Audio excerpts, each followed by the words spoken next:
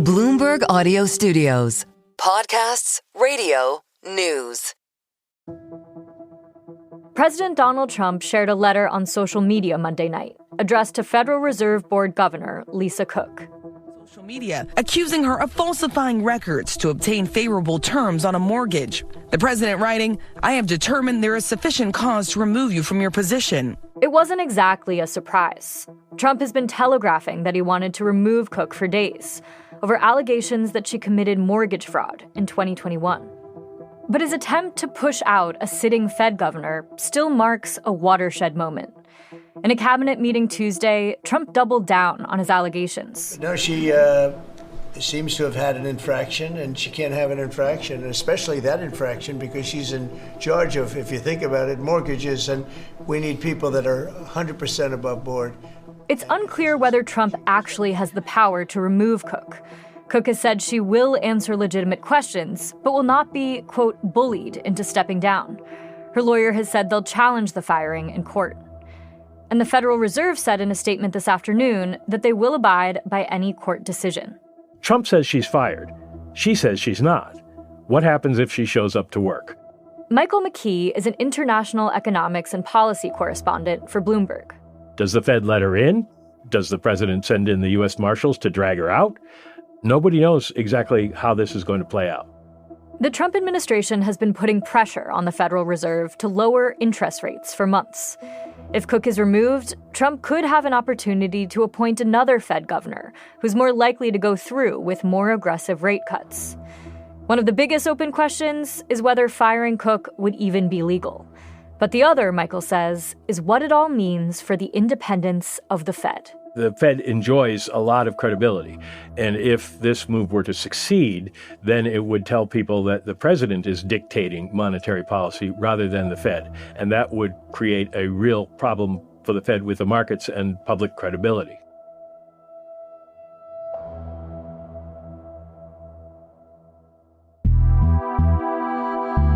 I'm Sarah Holder, and this is The Big Take from Bloomberg News.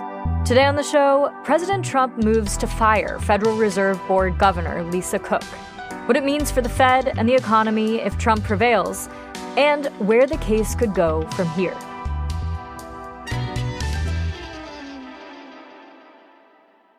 Trump started calling for Federal Reserve Board Governor Lisa Cook's removal last week after the Federal Housing Finance Agency Director, Bill Pulte, started raising questions about Cook's mortgage applications. The allegations are that in 2021, she signed a mortgage document in Ann Arbor, Michigan, then said at the time she would make that her permanent residence, then signed another mortgage in Georgia saying she would make that her permanent residence. And according to the FHFA director, Bill Pulte, that's mortgage fraud. He said that he had been combing records of people to see who committed mortgage fraud, and he's found 3 so far. Adam Schiff, the Democratic senator from California, Letitia James, the Attorney General of New York, and now Lisa Cook. Have there been any charges in the Lisa Cook case or any evidence presented? There hasn't been any charges or evidence presented publicly. The FHFA forwarded documents to the Justice Department and asked them to investigate, and the Justice Department said last week that it would begin an investigation, but they have not been presented publicly, and so there is no public evidence that she did anything wrong yet. And I mean, if these allegations prove to be true, is what Lisa Cook is accused of a fireable offense? Well, that's an open question because under the law, the Federal Reserve Act says the president can remove a Fed governor for cause. But cause is generally considered inefficiency, neglect of duty, or malfeasance in office. And these took place before she was nominated to the Fed. So we don't know if it reaches the bar of for cause and gives the president the right to fire her. That's something that the courts will have to adjudicate. But it does reflect badly on the Fed. And so it may be that if she were guilty of something, they would essentially pressure her to leave. But we don't know yet. That's a long way down the road. Cook's lawyer says they'll challenge the firing in court.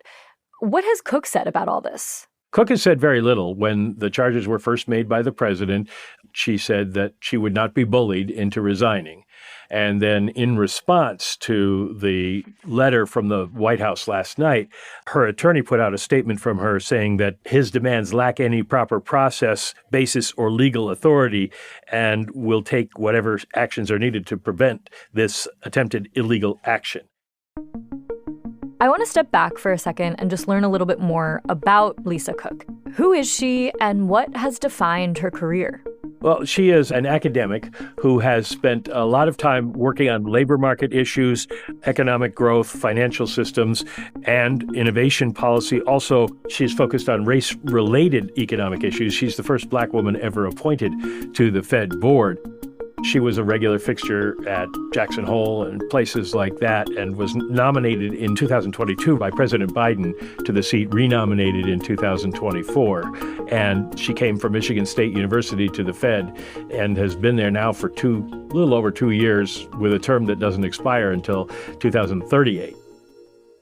Given the Trump administration's stance on race and equity-related issues, has Lisa Cook's research background and her race, being a Black woman, made her more of a target for this administration? There are going to be people that say that, given the administration's actions in the past. We don't know for sure what exactly motivates Trump in this case, but it's more likely that she was a target of opportunity. The FHFA found this discrepancy in her mortgage documents, and the president wants to get rid of people who are on the Fed so he can put his own people in there and maybe push them to drive down interest rates much farther. And so she just happened to fall in his lap as somebody he could try to fire. Does Trump actually have the power to remove Cook? What does the law say about it? What does the Supreme Court say about it? What does the Fed say about it? Well, the law says that you can fire a governor only for cause. The question is, what is cause? And we have some previous precedents that say it's basically conduct in office that is detrimental to the performance of your duties. And so that would have to be proven in court. There would probably have to be a court judgment that she had broken the law, even if it didn't matter that she wasn't in office at the time. So it's not clear the president can actually fire her. The Supreme Court said in a case in May involving a couple of other administration officials who were fired by the president that the Fed has this special carve-out, that they aren't necessarily able to be fired at will, that the president has to respect the for-cause issue. So that gives them a little bit of extra protection. After the break, what the Fed has said about President Trump's efforts to fire Lisa Cook, and what the president's threat means for the central bank as an institution.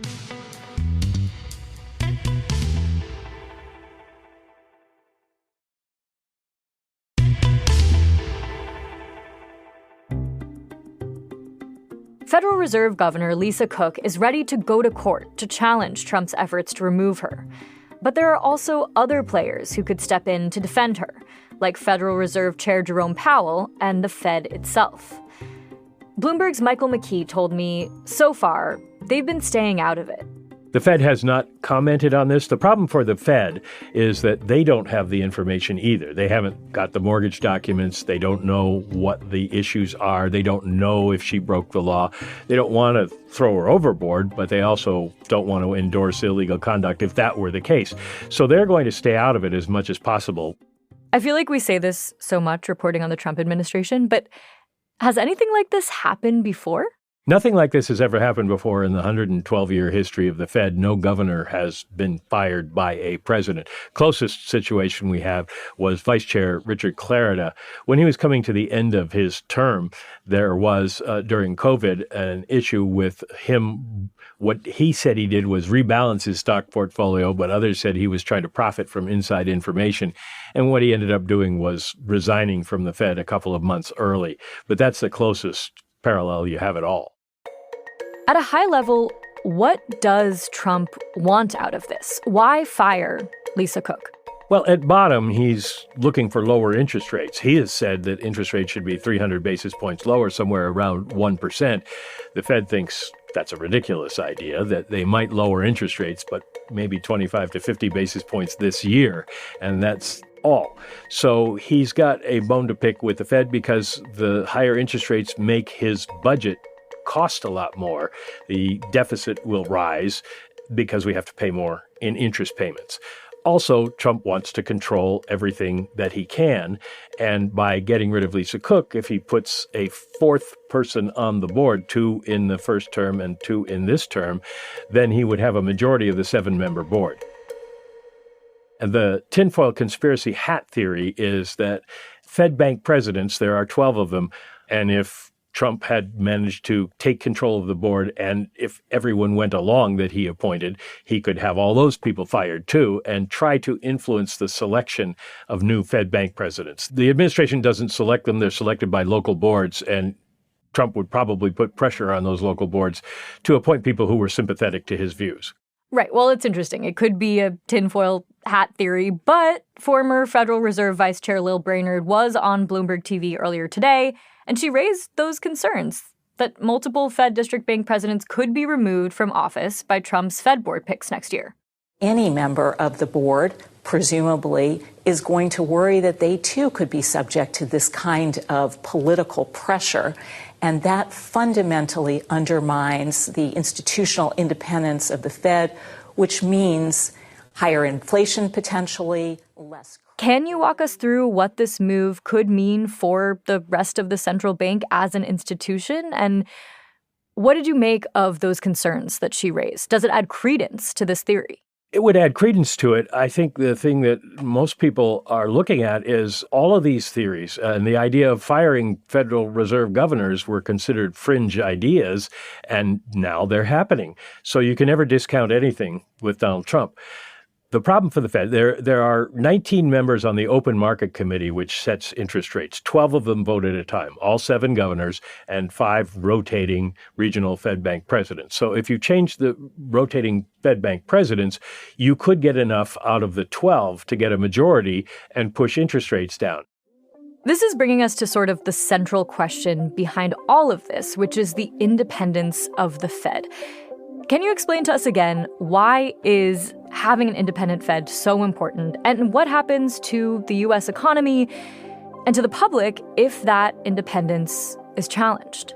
Independence is grounded in the idea that if you are not subject to political pressure, you're making decisions on interest rates in the best interests of the economy. What is the economy telling you need to do? Do you need to raise rates because inflation is rising? Do you need to cut rates because the economy is tanking? You react to what is important. In this case, it would be the president wants lower interest rates for his own reasons and not for the good of the economy. And so that would have a tremendous impact on the way people felt about the Fed, and it would probably lead to higher inflation. And the Fed, if it couldn't live up to its promise to bring down inflation, then what happens is inflation expectations become unmoored. You start to think, well, things are going to cost more tomorrow, and the Fed's not going to stop that. So maybe I'm not going to buy, or maybe I'm going to try to buy everything today, and the economy starts to really contract under those circumstances.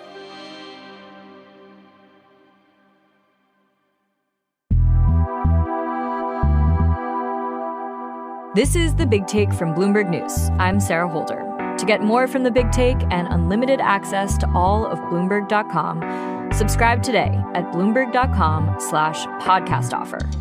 If you like this episode, make sure to follow and review The Big Take wherever you listen to podcasts. It helps people find the show. Thanks for listening. We'll be back tomorrow.